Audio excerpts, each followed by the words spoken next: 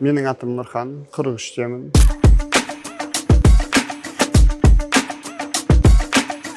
Аудиторский компанияда жұмыс істеймін.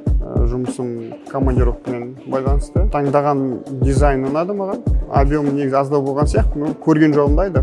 Кейін жаңағы айтып өткен бизнесімізге байланысты заттар тасымалдауым керек болады. Соған багажнигі менімше жеткілікті. Үлкен функцияларынан жаңағы 5 ключевой доступ. Мен өзімде соңғы машинамды сатып жібергеніме где-то шамамен 7 жылдай болып қалды. Одан кейін машинаны алмадым. Алмаған жаңағы жұмысыма байланысты өзім үйде болмаймын көбінесе, сол үшін кетіп қала беремін. Көптен бері алмадым. Кейінгі кезде шағын шамалы бизнесімізді ашқанбыз, соған байланысты машина керек болды. Климат контроль мысалы өзінде орналасқан жақсы.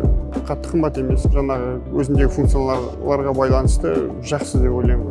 Менің Chevrolet Onix'ның біріншіден заманауи дизайны ұнайды. Сол себептен таңдауым жасадым.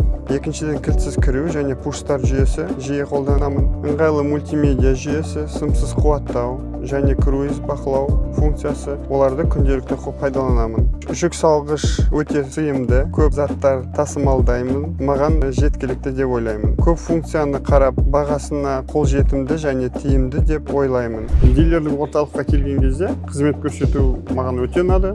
Бірақ емес, 5-6 рейс келген болармын қайта-қайта. Жаңағыдай банктен гарантияны письмо алып келген кезде, оплата жасаған кезде, шай, отыратын орындықтар бәрі жақсы қабылдап, шығарып салып, көрсетіп, беріп, подарка ретінде ұсынып берді машинаны. Білмеймін енді, менің өзім айтатын болсам, маған ұнайды.